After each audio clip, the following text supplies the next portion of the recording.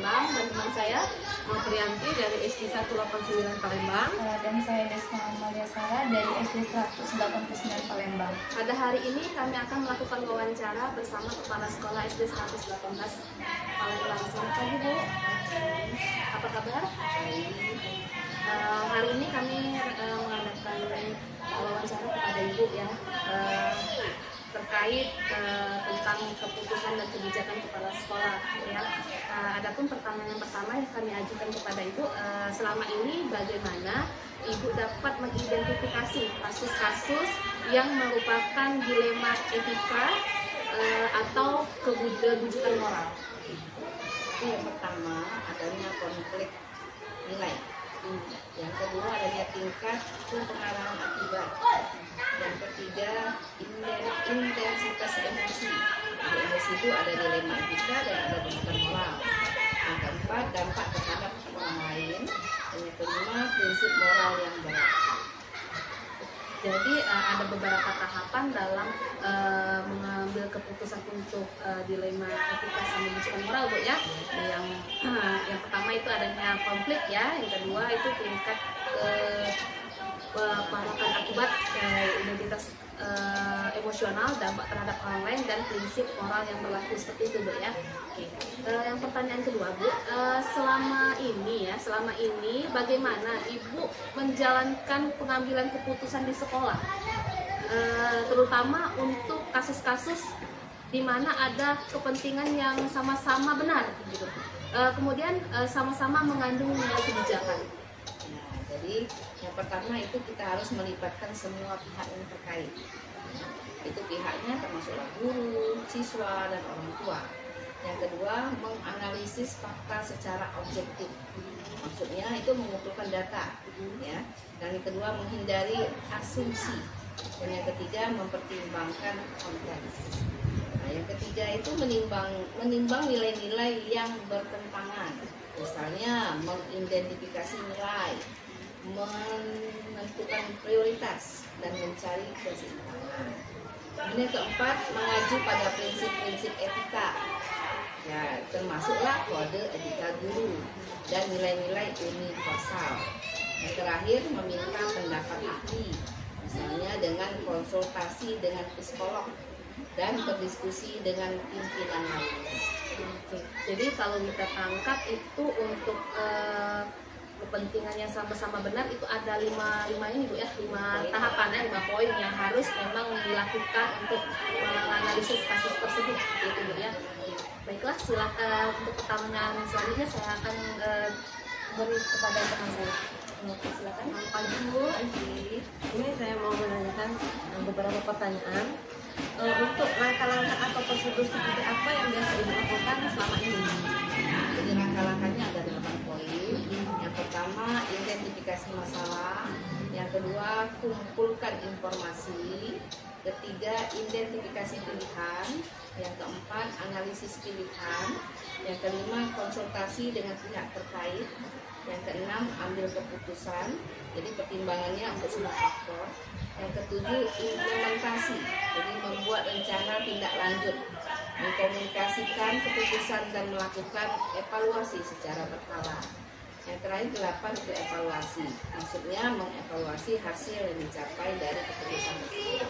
Ya, jadi langkah-langkahnya ada 8 ya Bu ya. Jadi mengidentifikasi masalah, mengumpulkan informasi, mengidentifikasi pilihan, konsultasi pada pihak yang terkait, ambil keputusan dan implementasi, dan langsung evaluasi. Untuk yang selanjutnya Bu, saya tanya tadi, hal-hal apa saja yang selama ini yang Ibu anggap efektif dalam pengambilan keputusan pada kasus-kasus dilema etika?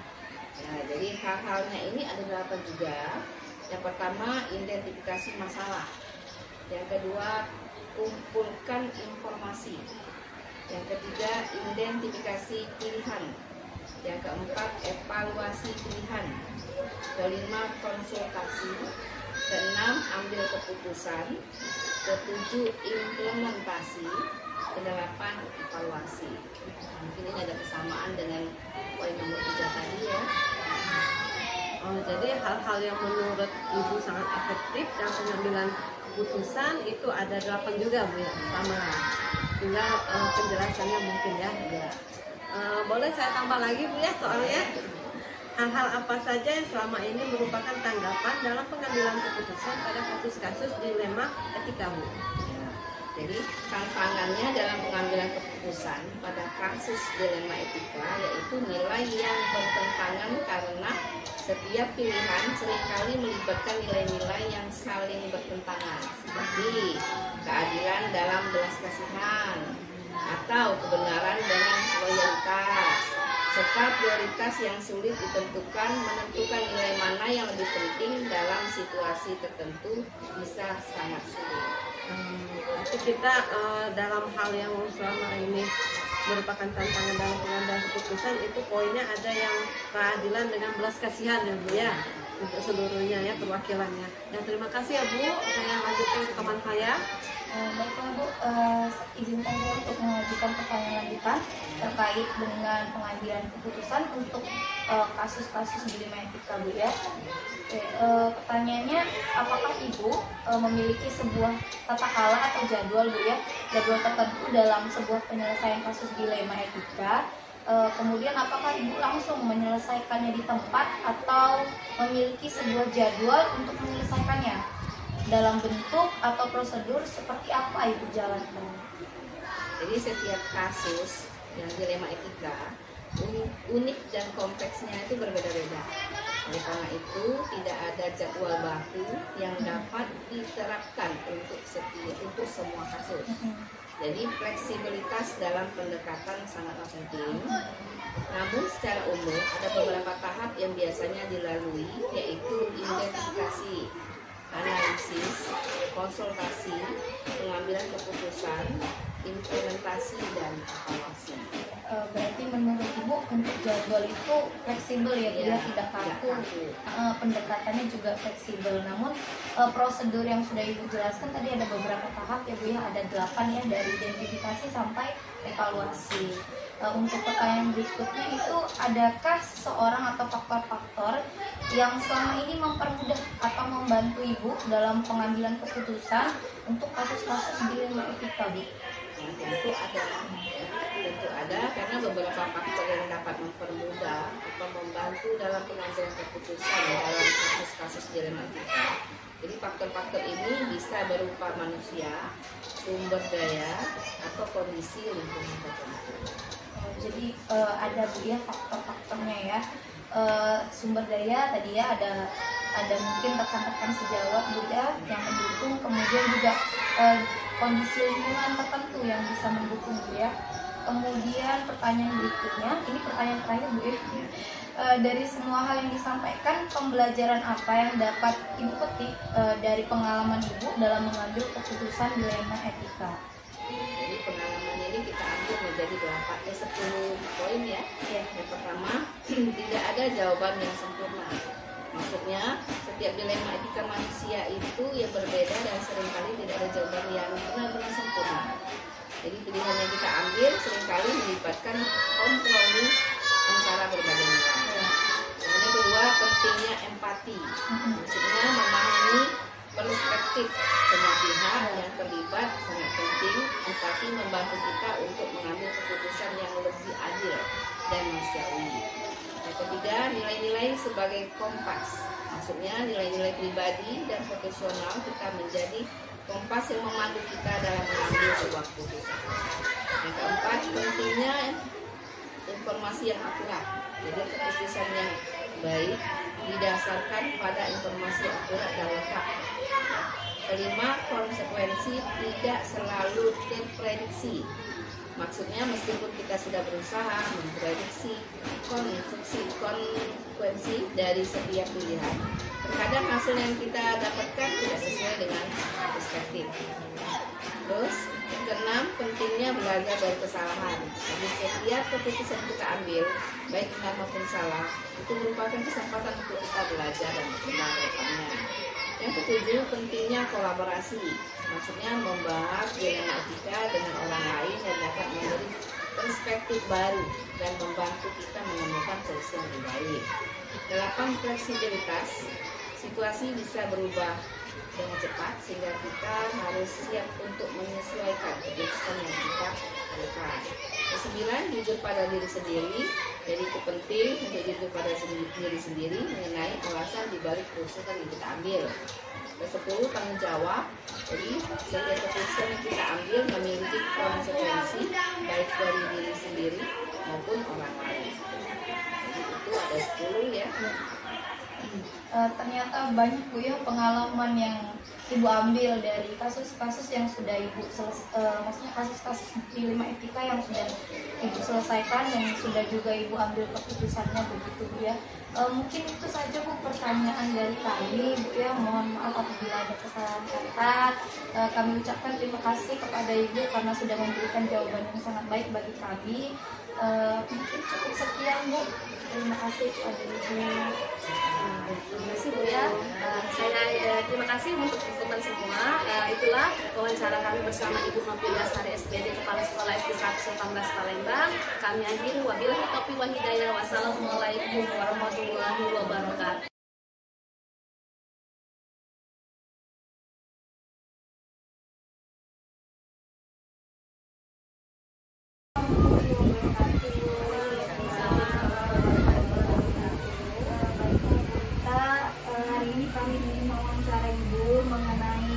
Bagaimana Ibu dapat mengambil keputusan tentang kasus-kasus dilema etika atau pendidikan moral. Di sini saya bersama rekan-rekan ingin mengajukan beberapa pertanyaan.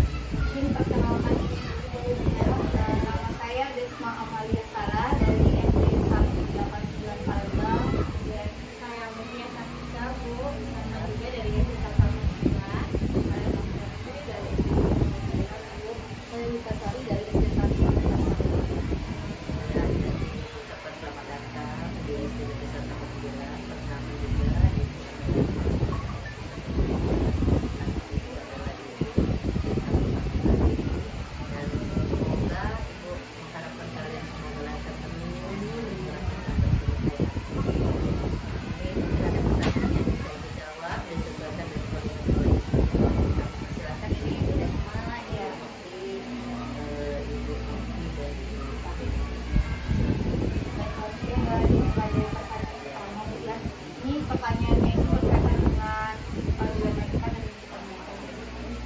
Selama ini, bagaimana Ibu dapat mengidentifikasi kasus-kasus yang merupakan dilema etika atau pendidikan moral?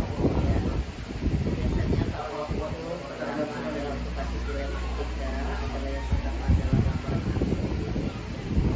bisa melaporkan kejadian yang konflik antara dua nilai yang sama-sama penting. Kalau etika moral itu sama-sama penting ya, berkaitan dengan etika dan moral sama-sama penting. Jadi harus laporan langsung biar tahu ada konflik apa yang terjadi sebenarnya. Kemudian Ibu juga selain laporan juga observasi langsung, mengamati situasi sekolah yang menunjukkan adanya konflik dua nilai yang sama kepentingan. Dan selanjutnya adalah berdiskusi dalam rapat dan diskusi muncul kasus-kasus yang mengenai dilema etika itu, dan kita mencari titik kesimpulannya dan mengambil solusi yang terbaik. Dan terakhir adalah pengetahuan tentang teori dilema etika dan pendidikan moral. Terus belajar Ibu tentang teori dilema etika itu meningkatkan kemampuan Ibu dalam mengenali situasi dilema etika dan pendidikan moral. Karena kalau dilema etika itu mungkin sama, karena berkaitan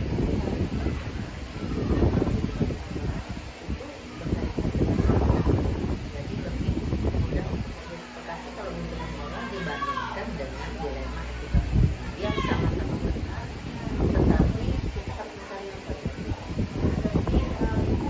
Diawali dengan mungkin adanya laporan, Ibu analisis, kemudian Ibu identifikasi kasus tersebut apakah memang dilema atau pendidikan moral.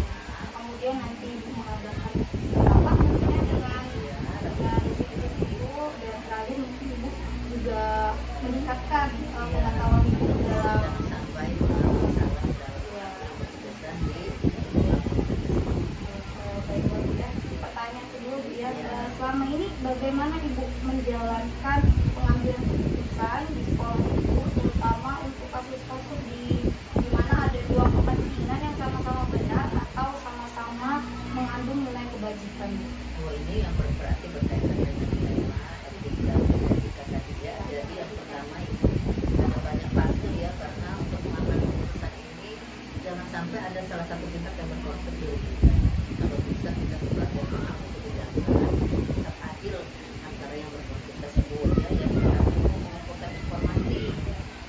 fakta yang relevan tentang kasus tersebut itu dikumpulkan dulu informasi, jangan sampai informasinya ternyata informasi yang tidak berdasarkan kenyataan fakta.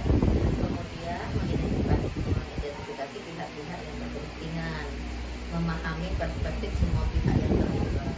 Mengapa bisa terjadi demikian? Apakah ada belakang? Apakah ada ya?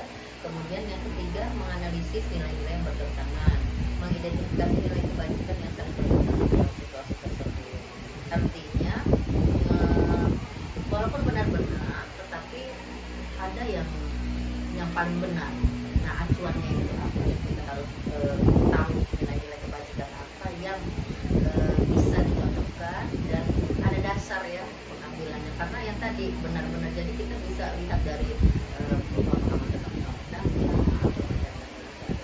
banyak dari sisi-sisi yang kemudian mengidentifikasi paradigma yang terjadi pada situasi tersebut agar mampu mengelompokkan permasalahan dan mendalami bahwa situasi yang dihadapi bertentangan benar dengan nilai-nilai kebajikan. Jadi mengidentifikasi paradigma ini kita memilah-milih yang mana yang bertentangan dan yang mana yang tidak. Jadi kalau yang bertentangan berarti kita bisa mengambil keputusan untuk tetap memilih yang sesuai dengan nilai-nilai kebajikan yang kita pahami. Kemudian mengidentifikasi prinsip penyelesaian yang sesuai dari tujuan tersebut, mengidentifikasi prinsip penyelesaian, tapi belum ya, baru mengelompok-kelompok tadi, diambil yang mana yang sangat bertentangan berarti kita singkirkan, yang berkaitan dengan kebajikan kita ambil ya. Kemudian menimbang opsi-opsi yang ada, mencari berbagai alternatif solusi, memilih opsi terbaik yang paling sesuai dengan nilai-nilai sekolah dan kepentingan semua pihak, dan akhirnya mengevaluasi keputusan. Ini yang kalau dilema etika banyak sekali yang kita harus perhatikan. Jangan sampai mengambil keputusan, karena kalau kita mengambil keputusan itu kembalinya kepada ibu yang kalau mengambil keputusan salah berarti kita harus tanggung jawab dari keputusan kita. Belum lagi kita kepada pihak-pihak yang kadang-kadang tidak mau menerima. Tapi kalau kita punya dasar yang kuat, mereka insya Allah menerima. Awalnya mungkin nggak mau menerima, tetapi akhirnya bagaimana dia bisa menerima keputusan kita yang kita ambil tanpa merasa bahwa saya benar, tapi kok tidak ini kan, karena ada dasar-dasar yang bersifat tadi. Jadi penjelasan, dan yang penting adanya komunikasi dan ada pelapangan tidak ada kita untuk menerima bahwa ini loh yang paling benar ya, itu nomor 2. Berarti nanti kita menunjukkan ada 8 tahapan ya, dimulai dari mengumpulkan informasi sampai mengevaluasi keputusan yang sudah pilih gitu ya, yang ibu dasari dari nilai-nilai kebajikan ya gitu ya. Kemudian pertanyaan ketiga ya, langkah-langkah atau prosedur seperti apa yang biasanya ibu lakukan selama ini bu? Yang pertama adalah kode etik profesi, pedoman pada kode etik guru kepala sekolah dalam kode etik yang kita mengarah kepada tupoksi masing-masing. Ada tupoksi kepala sekolah, ada tupoksi guru, dan kita jangan keluar dari tupoksi. Tupoksi itu adalah tugas pokok dan fungsi atau fungsi. Tugas dan fungsi kita masing-masing. Kita ada tugas sebagai kepala sekolah, sebagai guru. Jadi kita pakai kode etik profesi yang memang sesuai dengan tupoksi kita masing-masing di sekolah kita, masing-masing sekolah. Sebagai kepala sekolah, sebagai kemudian visi misi sekolah. Jadi keputusan yang harus dijalankan visi misi sekolah. Visi misi sekolah kita seperti ini meningkatkan, menjadikan siswa kita berintak, kemudian berwawasan dan beraktivitas. Jadi kita harus jangan keluar dari visi kita yang memang tujuan atau cita-cita yang ingin kita capai dalam sekolah kita. Kemudian hukum dan peraturan, memastikan bahwa setiap keputusan tidak melanggar hukum atau peraturan yang berlaku. Tidak boleh melanggar hukum dan peraturan yang berlaku. Kita karena apa? Setiap kalaupun hukum dan peraturan yang kita langgar ada konsekuensi. Ada konsekuensi itu yang itu. Apakah kita peraturan ditulis itu dibuat, hukum dan peraturan adalah membuat semuanya peraturan itu agar teratur. Tapi kalau tidak bisa juga berarti hukum yang bertindak. Nah kalau udah hukum nanti kita bahaya karena ada undang-undang. Kita nggak mau kayak gitu. Apalagi di dunia pendidikan ini adalah semuanya bagus, rapi. Yang paling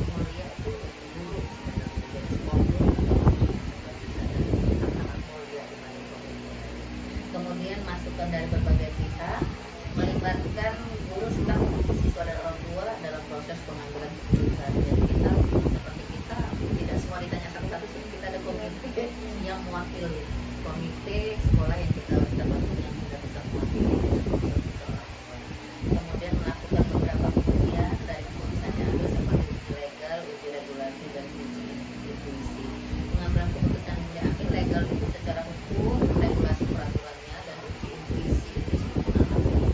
Jadi apakah kita teruji yang kita ambil seperti itu dalam mengambil keputusan itu ya. Jadi ada lima tahap untuk melakukan yang tadi dilematika tadi. Berarti langkah-langkah yang sudah Ibu sebutkan ini melengkapi ya dari pertanyaan kedua tadi kan sudah Ibu sebutkan bahwa Ibu melihat paradigmanya, Ibu menggunakan penyelesaian, kemudian ini juga Ibu lengkapi dengan melakukan pengujian ya tadi yang sudah Ibu sebutkan. Mungkin Ibu ada rekan yang lain yang mau memberikan pertanyaan.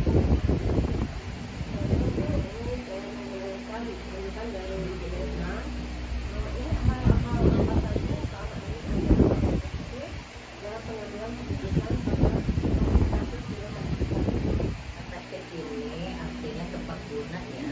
Kalau efisien itu tepat waktu. Jadi kalau ditanya efektif dengan itu berarti tepat guna.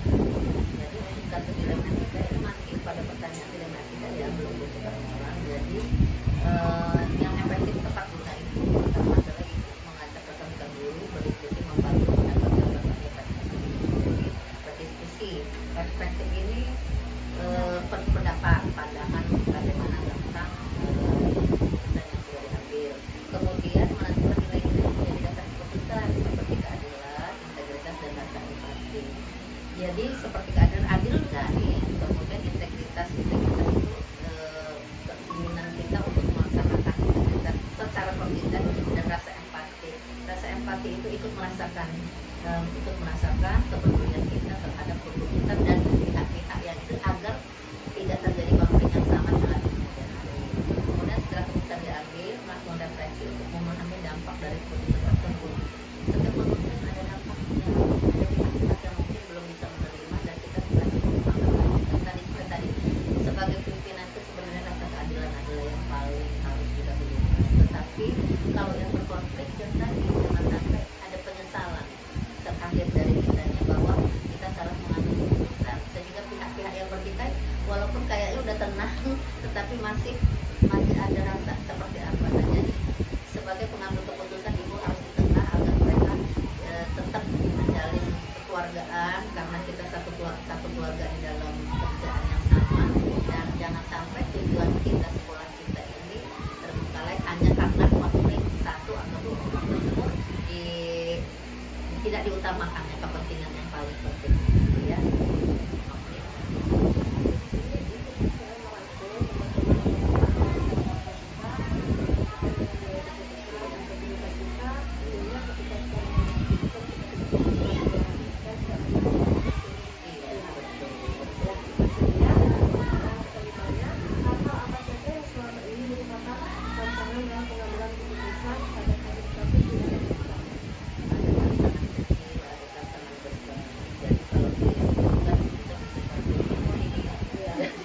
Diambil saja yang tantangan besar nih sebanyak tiga ini ya, tantangan besarnya. Yang pertama tekanan dari berbagai pihak, tekanan dari berbagai pihak yang memiliki kepentingan berbeda. Disebut saja lah kalau kita bertikai ada yang hak luar seperti misalnya tidak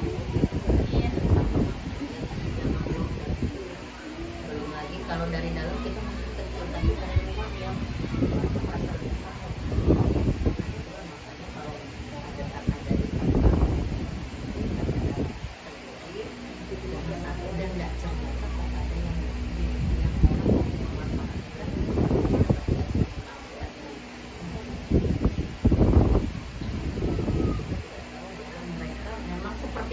dalam tanda kutip untuk mencari kesempatan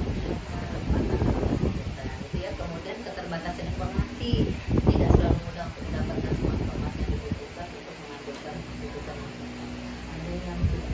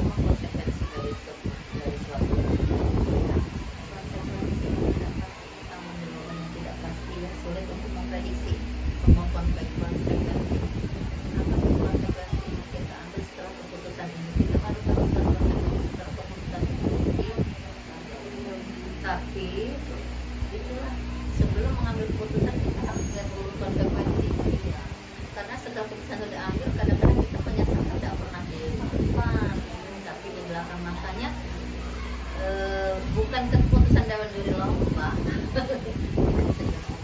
Masih bisa dibilang karena yang mau melaksanakan itu adalah kita bersama, bukan yang ngambil keputusan aja, bukan yang bertikai aja, tapi kita bagaimana juga sebagai kepala sekolah harus konsekuensi untuk melaksanakan secara benar gitu ya, tidak boleh berubah itu.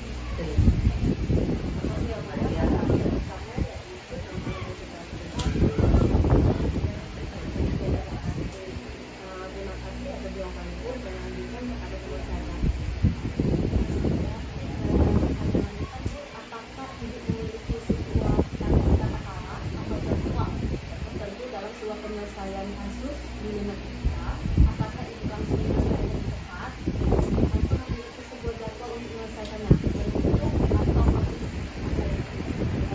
jalan tidak bisa jalan waktu. Kalau yang bersifat komunikasi, kalau menunggu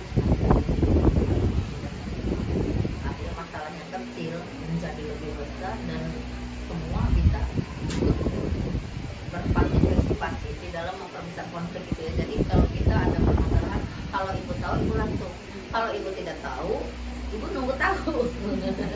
Tuh ya, nunggu tahu. Nah, nunggu tahu ini yang agak lama, jadi tidak ada detail baku dalam menyelesaikan problematika. Namun berusaha untuk menyelesaikan masalah secepat mungkin ibu, sambil tetap memastikan bahwa keputusan yang diambil sudah matang. Jadi apapun permasalahan harus cepat diselesaikan sehingga tidak menjadi besar dan menjadi bumerang nanti di sama kita. Kalau ibu tahu, tapi kalau ibu tidak tahu, ibu nunggu tahu, tidak cari tahu, ibu nunggu tahu. Walaupun ibu tahu, tapi kalau orang yang nggak melapor, ibu CCDT, ya tidak tahu, ya. Itu karena itulah yang ini. Dan ibu kalau wawancara ini berdasarkan pengalaman pribadi dan yang terjadi. Kemudian terkadang perlu waktu untuk menganalisis dan merumuskan keputusan. Jika situasi mendesak, keputusan dapat dibuat lebih cepat dengan pertimbangan yang matang. Jadi dengan pertimbangan yang matang, walaupun waktunya mepet, tapi kita harus melakukan seperti itu. Karena fungsi kepala sekolah sebagai manajerial tadi, manajerial satu selain pedagogi seperti itu. Kemudian juga sebagai pengambil keputusan dan satu lagi entrepreneur ini. Jadi bagaimana kepala sekolah dengan segala sumber daya alam yang ada, sumber daya manusia yang ada, memobilisasi agar sekolah ini menjadi baik.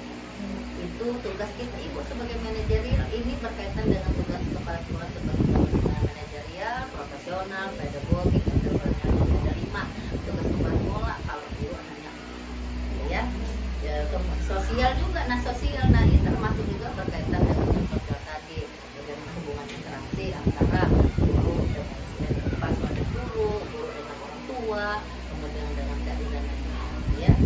Nah, kemudian yang terakhir bentuk prosedur yang mesti dilakukan, misalnya menetapkan rapat rutin. Kita melakukan rapat rutin, kadang sebulan sekali, kadang 2 bulan sekali, tergantung momen ya. Kemudian juga kita sekarang terutama untuk SD 189 ada komunitas belajar barang Madaria. Disitulah kita bisa diseminasi, berbagi praktik baik. Nah itu luar biasanya. Itu bagian dari kurikulum Merdeka yang menjadi warisan Mas Nadiem sekarang, walaupun nanti diganti, kita dibagi ke Mendikbud, kebudayaan dibagi-bagi.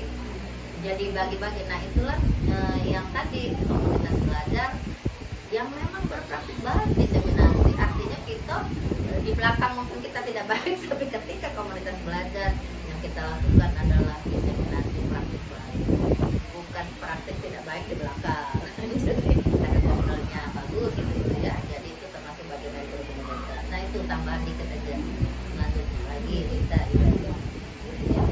Adakah seseorang atau faktor-faktor yang selama ini menjaga harus membantu ibu dalam mengambil keputusan dan kasus-kasus di rumah? Itu banyak.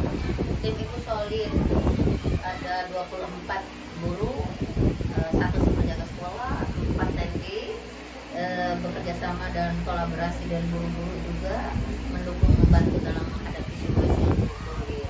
Ibu selalu bercerita, tidak secara kedinasan. Kita punya 2 WA, yang satu kedinasan, yang satu kekeluargaan. Kita punya Dewi yang aktif ya. Sekolah kita juga sekolah adiwiyata, sekarang menuju sekolah sehat. Jadi ibu informasi karena di sini kita tidak ada wakil humas, koordinator humas, langsung ke sekolah wakil humas. Jadi biarlah sampai temalek-malek lah WA dinas itu kenapa disampaikan karena ibu bilang informasi yang disampaikan bersifat kedinasan. Tapi di lain itu ada juga WA yang bersifat keluarga. Disitulah untuk ucapan ulang tahun, untuk yang mendoakan yang sakit, mendoakan yang lain-lain.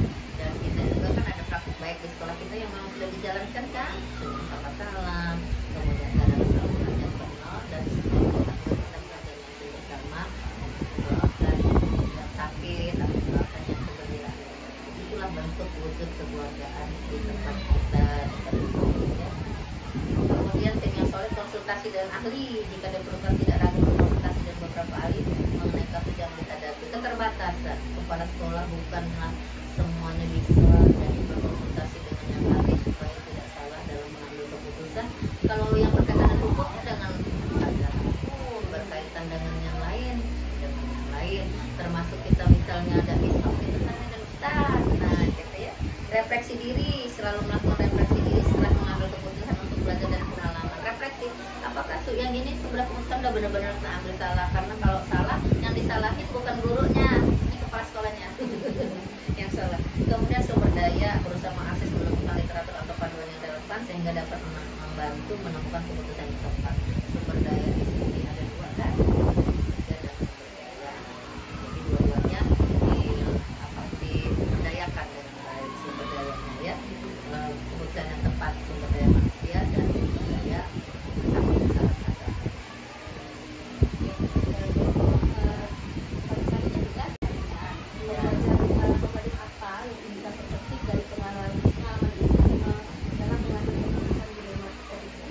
tetap terbuka terhadap perspektif yang berbeda.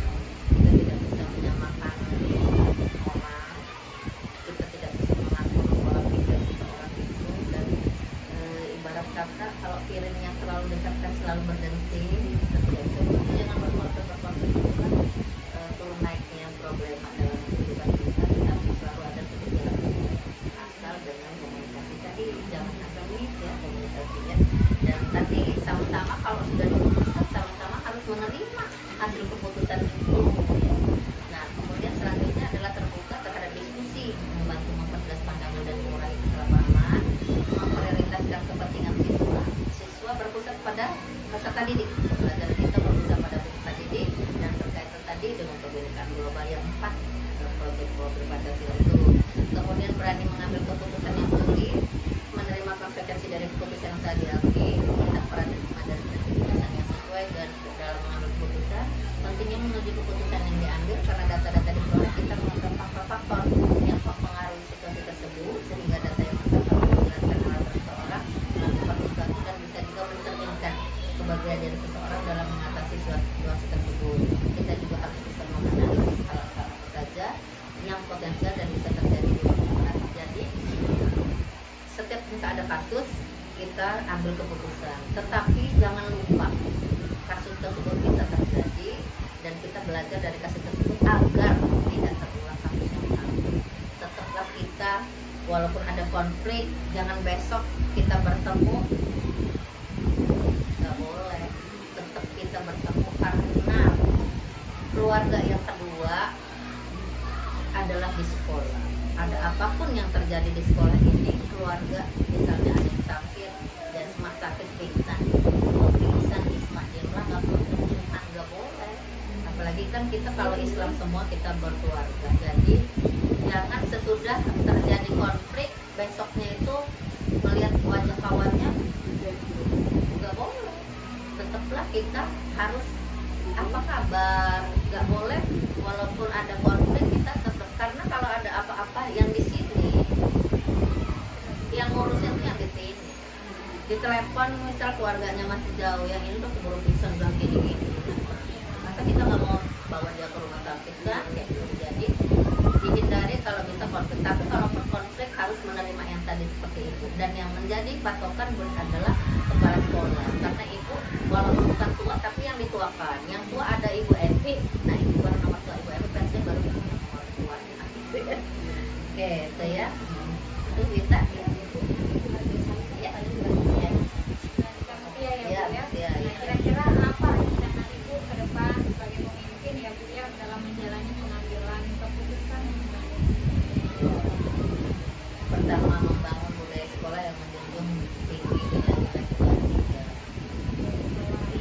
walaupun kita bukan Islam terpadu, tapi kita punya acuan moral setidaknya bahwa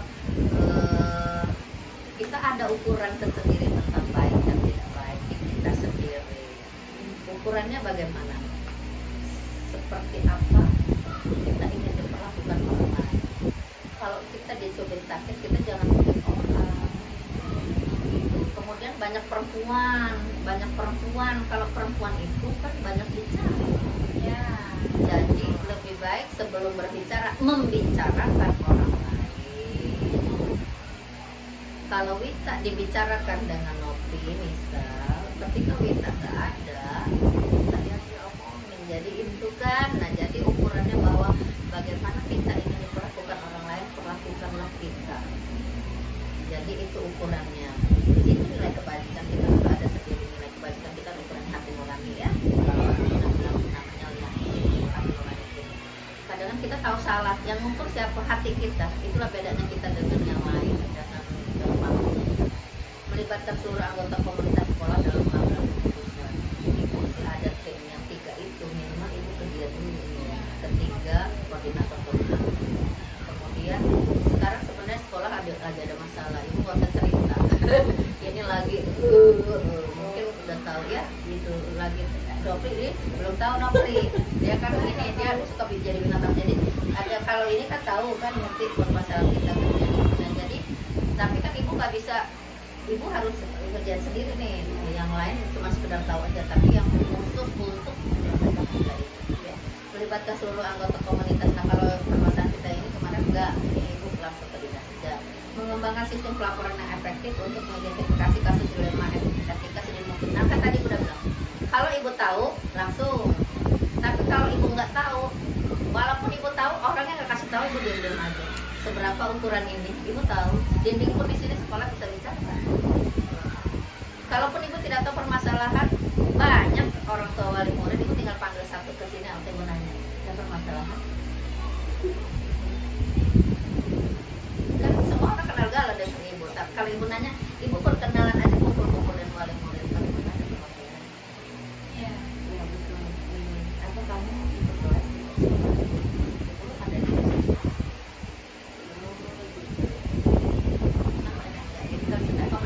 jangan langsung kayak gitu kan. Apa kabar mau mak? Sehat semua? Ini mulai kelas berapa? Gitu kan? Ibu dulu kan SM, waktu kuliah kan ibu itu wartawan, jadi tahu. Jadi seberapa kecil sih sekolah ini kayak gitu untuk diurusin dengan ibu.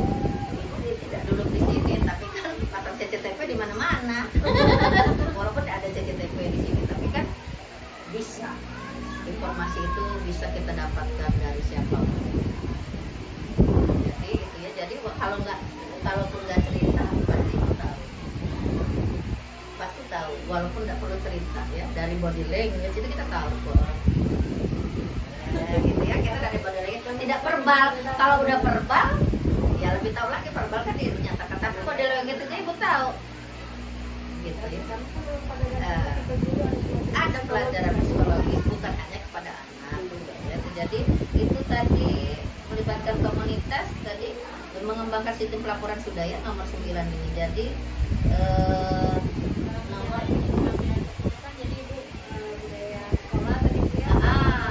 melibatkan seluruh anggota mengembangkan sistem pelaporan tadi, nomor itu ya. Baik, pertanyaan selanjutnya ya Bu ya, bagaimana ini Ibu sebagai pemimpin bisa mengukur efektivitas dari pengambilan keputusan? Profesor Nico ya, kalau misalnya bahwa kurang dari proses pembelajaran yang berhasil dan berubah tingkah laku itu. Ya. PS Winkel itu ahli profesor dari pendidikan menyatakan bahwa ukuran dari keberhasilan sebuah pembelajaran adalah perubahan tingkah laku. Kalau perubahan tingkah lakunya masih sama, tidak berhasil belajarnya. Jadi perubahan perilaku positif dalam komunitas sekolah. Jadi itulah termasuk guru juga sebenarnya kita kan belajar lebih pintar. Jadi PS Winkel tadi sudah bilang bahwa profesor itu menyatakan bahwa ukuran dari perubahan hasil dari proses pembelajaran pembelajaran. Kemudian yang kedua adalah pencapaian tujuan sekolah, keputusan yang diambil berkontribusi pada pencapaian tujuan sekolah. Artinya ada sesuatu yang misalnya terjadi konflik tidak normal, dijadikan setelah ini kan normal lagi. Yang tadinya ketemu itu yang satu lewat ujung jalan sana, yang satu lewat ujung jalan sana, yang satu nggak mau ketemu juga buang muka kayak gini, yang satu buang muka sini, itu nggak normal. Jadi tapi setelah ini kan ternyata oh iya Nopri apa kabar? Gitu. Sehat apa? Kalau disapa atau jalannya tetap di jalan yang sama. Kalau nggak ada yang muter ke sana, muter ke situ, jadi itu enggak. Jadi kemudian kenapa mencapai tujuan sekolah adalah berkaitan dengan visi misi sekolah tadi. Jadi kalau kita tidak mempunyai visi misi, kita cuma sibuk dengan ribut-ribut dan gimana kita mau melaksanakan tugas kita dan lain ya. Dua jadi Bu ya. Iya. Aktivitas dalam Iya. Tadi yang pertama tadi perubahan perilaku dan pencapaian tugas sekolah. Pertanyaan terakhir Ibu, Ya. bagaimana sikap Ibu sebagai kepala sekolah menerapkan pengambilan keputusan dalam dilema etika pada lingkungan Ibu, pada siswa dan pada kolega guru-guru yang lain, dan kapan Ibu Iya. akan memulai?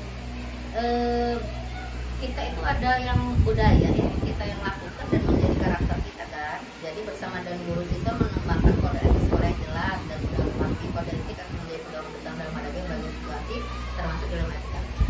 Ada budaya malu, itu dipasang, nanti lihat kalau naik ada budaya malu. Ada karakter senyum sapa salam, kemudian 9K. Itu semua adalah kode etik. Budaya malu, baca di situ, malu datang terlambat. Ibu datang terlambat. Malu itu misalnya itu datang terlambat salah satunya tak. Jadi itu memakai kode etik yang memang bisa dilihat itu senyum sapa salam. Tak, jangan bagaimana muridnya bisa senyum sapa salam kalau gurunya meremuk, kalau gurunya teriak-teriak. Gurunya udah dia di rumah ketemu dengan yang hantu wewe, di sekolah ketemu genderuwo, ya udah cocok itu. Jadi mereka tidak menganggap sekolah kita sekolah yang baik adalah guru dan siswa ke sekolah itu menganggapnya rekreasi. Tahu kan rekreasi?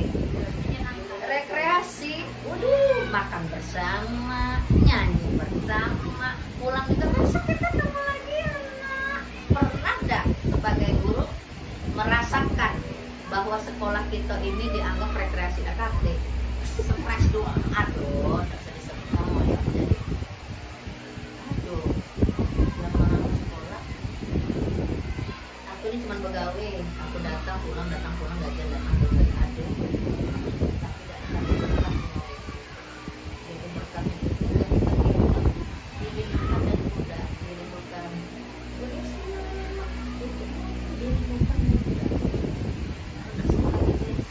kita bahkan kalau bisa melebihi waktu. Teringat terus kaget dia langsung sukses, dia ingat bahwa dia punya ibu di sekolahnya yang baik. Yang pertama profesi yang paling mulia adalah guru dan itu adalah profesi yang pertama ditarik ke surga oleh anak kita yang paling nakal. Yang paling nakal. Itulah yang menarik itu. Dan itu rekreasi. Anggaplah sekolah ini rekreasi, jangan jadi beban. Apalagi kita kalau kita kerja dengan benar, uang yang kita terima halalan thayyibah, jadi berkah, jadi darah daging. Karena kita dibayar profesional. SPDGN itu profesional yang dibayar 2 kali lipat. Ini profesional itu dibayar sekian lipat dan itu ada pertanggungjawaban di dunia dan akhirat. Kalau udah bicara gitu ngeri ya. Jadi kemudian menunjukkan identitas dalam setiap keputusan yang diambil, ini akan menginspirasi siswa dan staff untuk melakukan hal sama. Kalau ibu, kamu datang pagi, ibu nggak ngomong, ibu aja kadang datang pagi enggak, kadang ibu datang pagi enggak jauh, tapi usahakanlah kepala sekolah memberi contoh dan teladan. Ibu mencontohkan pada kalian mencontoh dari siapa? Dari siswa. Ibu tinggal nanya, mana gurunya? Belum datang, misal siapa ya? Ibu itu datang pagi terus apa siang terus? Anak jujur, siang terus, selesai. Ibu kan tinggal nanya aja dan siswanya kan, nah pelajaran siapa? Mana gurunya? Udah datang belum? Ibu itu datang siang terus apa pagi terus? Udah selesai. Tapi tadi kita pakai teladan tadi ya, seperti Ki Hajar Ingarso Sungtulodo yang di depan memberikan teladan, Ing Madyo Mangkarso yang tengah memberikan semangat, dan terakhir kita tuturi ada di belakang memberikan dorongan motivasi kepada siswa ya. Terus sudah merumuskan kebijakan yang jelas mengenai bagaimana menghadapi dilematika, termasuk prosedur untuk melaporkan dan mendiskusi masalah yang muncul. Kemudian yang tadi, ambillah momen ketika rapat, ambillah momen ketika kompel untuk menyelesaikan masalah itu. Dan kepala sekolah tidak perlu ditakutin, ibu mempunyai pemahaman, tapi terlebih dari itu ibu sayang kepada keluarga ibu. Gak ada yang gak sayang keluarga, dan yang diutamakan adalah ibu bagaimana sekolah ini bagus walaupun kagak ibu lah sudah dekat di sini. Ya, terakhir mulai sejak awal, idealnya penerapan dimulai sejak awal masa jabatan, ya, tapi sudah diterapkan juga, namun bisa dilakukan secara bertahap, dimulai dari penanganan jadi hingga penerapan. Sudah. Mudah-mudahan ibu nggak ngomongin bahwa ibu bagus apa enggak, minimal adalah progres yang sedikit tapi signifikan. Kan setelah ibu datang, ibu ada logo sombong ya, ada logo, ada hari biasa menang, sekolah ini sehat, kemudian kita ikut lomba inovasi, ikut lomba tari, walaupun ya gimana mau menang orang 65 seluruh Sumatera Selatan kita unyi-unyi, tapi minimal sudah tampil. Iya, termasuk sekarang ini aset ibu bahwa ibu ada 3 guru penggerak dan 1 guru penggerak bagian 8, dan ini kalau bukan ibu nanti kepala sekolahnya harus jadi sekolah penggerak karena yang bergerak itu banyak. Jadi kurang lebih itulah jawaban singkat dari ibu. Ibu mendoakan semoga kalian bisa menyelesaikan seluruh tahapan guru penggerak dan bisa mewarnai sekolah kalian masing-masing dan memajukan sekolah kita yang kita cintai ini.